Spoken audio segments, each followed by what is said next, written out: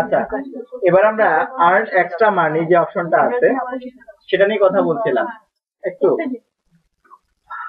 আচ্ছা, এখানে আসার পর দেখেন আপনার আরো কিছু অফার থাকতে পারে। প্রত্যেকটা অফারকে এখানে লিখে তার জন্য কত টাকা আপনি চান সেটা লিখবেন এবং কত দিনের ভিতরে করে দিতে পারবেন সেটা এখান থেকে লিখে দিবেন, তাতেই হয়ে যাবে। চাইলে একাধিক করতে পারেন, আপনি কতগুলো চান সবগুলোই ফিল তৈরি করতে পারবেন।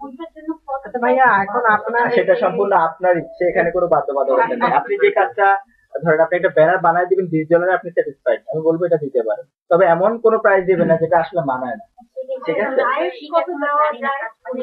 লাইক যদি এক্সাম্পল দেখায় যে ওয়েব ক্যাম্পেইন এটা বানাতে আপনার কিরকম সময় লাগবে, সেটার জন্য আপনি কত টাকা নিতে চান সেটা সম্পূর্ণ আপনাকে নির্ধারণ করতে হবে, ঠিক আছে?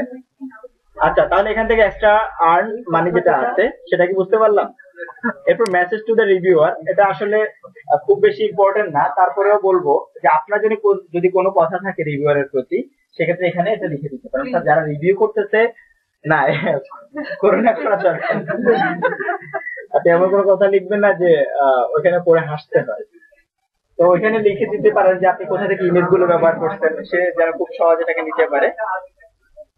হ্যাঁ, এখানে লিখে দিবেন আপনি যা যা বলার দরকার থাকে। তারপর হচ্ছে যে টার্মস এন্ড কন্ডিশনে প্রেস করে আপনি আপলোডে প্রেস করবেন, আপনার প্রোডাক্টটা আমাদের রিভিউয়ার টিম তার কাছে চলে আসবে। বুঝতে পারলাম কি সিস্টেমটা? তবে কাজগুলোকে এভাবে করে আপলোড করতে হবে। হ্যাঁ, টার্মস এন্ড কন্ডিশন এখানে টিক মার্ক করে তারপর আপলোডে দিতে হবে। তো এই রিলেটেড এই পেজটা সম্পর্কে আর কোনো কোশ্চেন আছে আপনাদের আপলোড প্রসেসিং সম্পর্কে? কিন্তু ভাই আপনার তো এই ওয়েবসাইটের পাশে দেওয়া ছিল $5 এর কাজ, আপনার প্রাইস কত? আপনার প্রাইসটা কত হবে সেটা নির্ধারণ করবো আমরা। আপনি প্রোডাক্ট আপলোড করবেন, আপনার প্রোডাক্টটা অনেক ভালো হয়েছে, সেক্ষেত্রে আমি হয়তো কম দেবো না, দামটা বেশি দিব। বাট প্রোডাক্টটা খুব বেশিটা ভালো লাগতেছে না আমাদের রিভিউয়ার টিমের কাছে, সেক্ষেত্রে হয়তো দামটা একটু কমায় রাখবে সেলিং এর জন্য। আর ফাইনালি হচ্ছে যে আপনার প্রোডাক্টটা যদি 10 থেকে 12টা সেল হয় সেক্ষেত্রে এটার দামটাকে এবার আপনি ইচ্ছে করলে আমাদের কাছে রিকোয়েস্ট করলে আমরা বাড়াই দেবো। রিকোয়েস্টিং এর সিস্টেম আছে, যে প্রোডাক্টটা সেল হচ্ছে আপনি চাচ্ছেন একটু দামটা বাড়িয়ে দিতে, অথবা আপনি কমাতে চাচ্ছেন যে আমার প্রোডাক্ট আরো বেশি সেল হোক, $10 না এটার নাম $8 থাক, সেক্ষেত্রে আপনি একটা রিকোয়েস্ট করলেন, রিকোয়েস্ট করার পর আমরা সেটাকে কমিয়ে দেবো, ঠিক আছে? তবে প্রথম অবস্থায় দামটা নির্ধারণ করবো আমরা। দেখলাম একটা বিজনেস কার্ডে $25 আমরাই দেওয়া।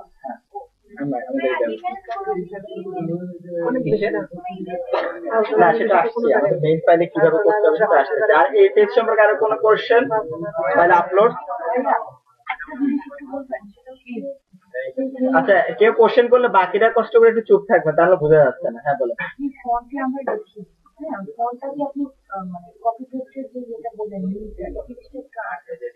এখানে যদি আপনি যে লাইক একটা, আমি গুগলে চলে যাচ্ছি,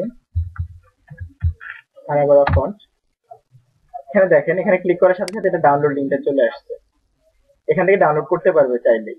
এখান থেকে এই লাইনটাকে কপি করলেন, কপি করে আপনি এখানে আপনার ফন্টটা লিখলেন শুরুতে,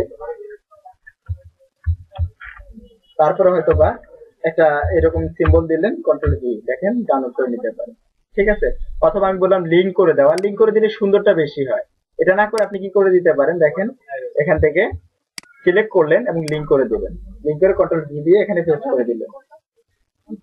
এই যে এখানে একটু আবার খেয়াল করি, ওকে করলাম, এবার দেখেন এটা লিঙ্ক আপ হয়ে গেছে, দেখতেছেন?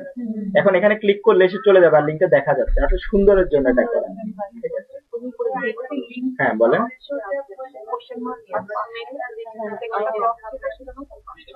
অবশ্যই দিতে হবে স্ক্রিনশট, ম্যান্ডেটরি এই কারণেই যে হয়তো বা সে আপনার ইমেজ গুলোকে আলাদা আলাদা করে সেভ করতে হতে পারে, আর সেই জন্যই স্ক্রিনশট ম্যান্ডেটরি এবং দিতেই হবে সেটা, ঠিক আছে? আচ্ছা, আর কোনো কোশ্চেন? বলেন।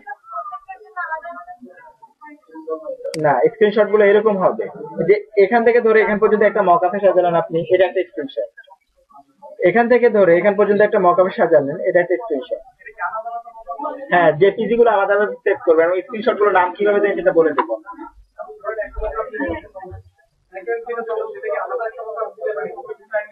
হ্যাঁ, আলাদা মকআপ দিলেন, অন্য ধরনের মকআপ দিলেন, আরেকটা অ্যাঙ্গেলে দেখালেন। হ্যাঁ, আপনার কোশ্চেনটা করেন। না না, আচ্ছা সেটাতে আসতেছি। আচ্ছা ঠিক আছে, উনি ভালো একটা কথা মনে করেন, সেটা হচ্ছে যে এই প্রোডাক্টটা অন্য কোনো মার্কেট থেকে দেওয়া যাবে কিনা। আসলে এই প্রোডাক্টটা যদি মার্কেটে অ্যাপ্রুভ হয়ে যায় সেক্ষেত্রে আপনি আর কোনো মার্কেটে ইউজ করতে পারবেন না। যদি ইউজ করেন সেক্ষেত্রে আপনার প্রোডাক্টটা এবং আপনার অ্যাকাউন্টটাকে ব্যান করা হবে। ঠিক আছে? প্রত্যেকটা মার্কেট প্লেসে একই সিস্টেম কারণ হচ্ছে যে একই প্রোডাক্ট যখন দুই মার্কেটে থাকবে তখন আপনার প্রবলেমটা কি হবে, ওরা যখন বুঝতে পারবে যে আমাদের মার্কেট আছে ওইখান থেকেও ব্যান হয়ে যাবেন, আবার এখানে যখন আমরা বুঝতে পারবো ওই মার্কেটে দিচ্ছেন তখন এখান থেকেও ব্যান হবে, দুই জায়গা থেকে ব্যান হয়ে যাবে। ওখানে পোর্টফোলিও, আপনি পোর্টফোলিও হিসেবে ওখানে শেয়ার করতে পারেন এবং আপনার ডাউনলোড লিঙ্কটা এখান থেকে দিয়ে দিতে পারেন, ঠিক আছে?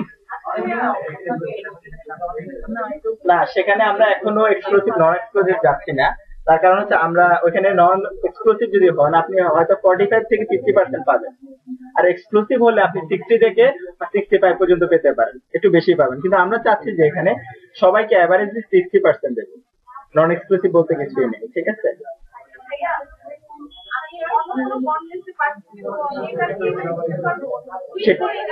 হ্যাঁ, দিতে পারবেন। আচ্ছা, ঠিক আছে। হ্যাঁ, দিতে পারবেন যদি সেটা ইউনিক হয়, ঠিক আছে? আচ্ছা, ঠিক আছে। তো আমরা বুঝতে পারলাম কিভাবে আসলে আমাদের ওয়েবসাইটে ফাইলকে আপলোড করতে হবে। এছাড়াও যেটা বলছি বারবার সেটা হচ্ছে সাইট থেকে ঘুরে আসতে হবে, সেখানে কিভাবে আপলোড করবেন সে সম্পর্কে বিস্তারিত দেওয়া আছে, ঠিক আছে? সাইট মিনস আমি গ্রুপের কথা বলতেছি, ফেসবুক যে গ্রুপটা আছে সেটার কথা বলতেছি। এবার আসি ফাইল তৈরি কিভাবে করব, কোন কোন জিনিসগুলো থাকলে। কথা বলো না, বারবার ভিতর থেকে কথা বলতেছেন আপনারা কি? যিনি কথা বলতেছেন আমার মনে উনি পারেন, তাহলে মনে হয় আমাকে ক্রেজ দিলে বেটার হয়। আপনারা দেখায় যান, আমি একটু বসে রেখেছি নাকি? আচ্ছা, ঠিক আছে। তো আমরা ফাইলটা তৈরি করে দেখবো নাকি?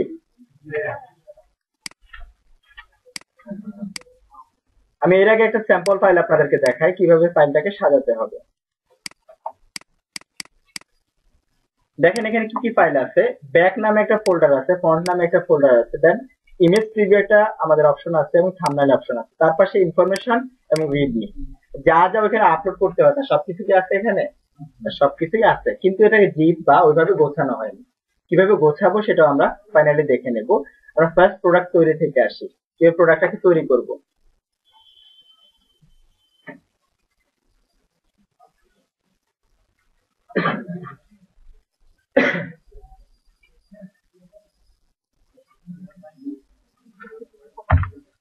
আমরা নতুন একটা ডকুমেন্ট থেকে শুরু করি, তাহলে এখান থেকে বুঝতে পারবো। হ্যাঁ, আমরা করেন। আচ্ছা, এক্ষেত্রে আমি যেটা সাজেস্ট করব, রিসেলেবল মার্কেটে 90% সেল হয় ফটোশপে। হ্যাঁ, রিসেলেবল মার্কেট যতগুলো আছে আপনি একটা ঘুরে আসবেন তাহলে বুঝতে পারবেন, এবং আমি আমার অভিজ্ঞতা থেকে বলতেছি 90% সেলই হয় ফটোশপ থেকে এবং 10% হয় ইলাস্ট্রেটর থেকে। তবে আপনি ইলাস্ট্রেটর করতে পারেন, যদি আপনার কাজটা ঠিক থাকে সেক্ষেত্রে আমরা অ্যাপ্রুভ করে নেব, সমস্যা নেই। এবং ইলাস্ট্রেটরের জন্য যারা করতে চান তারা সাজেশন নিয়ে নেবেন যে কি কি জিনিসগুলো আপনাদের মেনটেন করতে হবে, ঠিক আছে? এখানে আসি, আমরা ফাইলটাকে তৈরি করে স্টার্ট করি। নামাজের পরে স্টার্ট করতে চাচ্ছেন?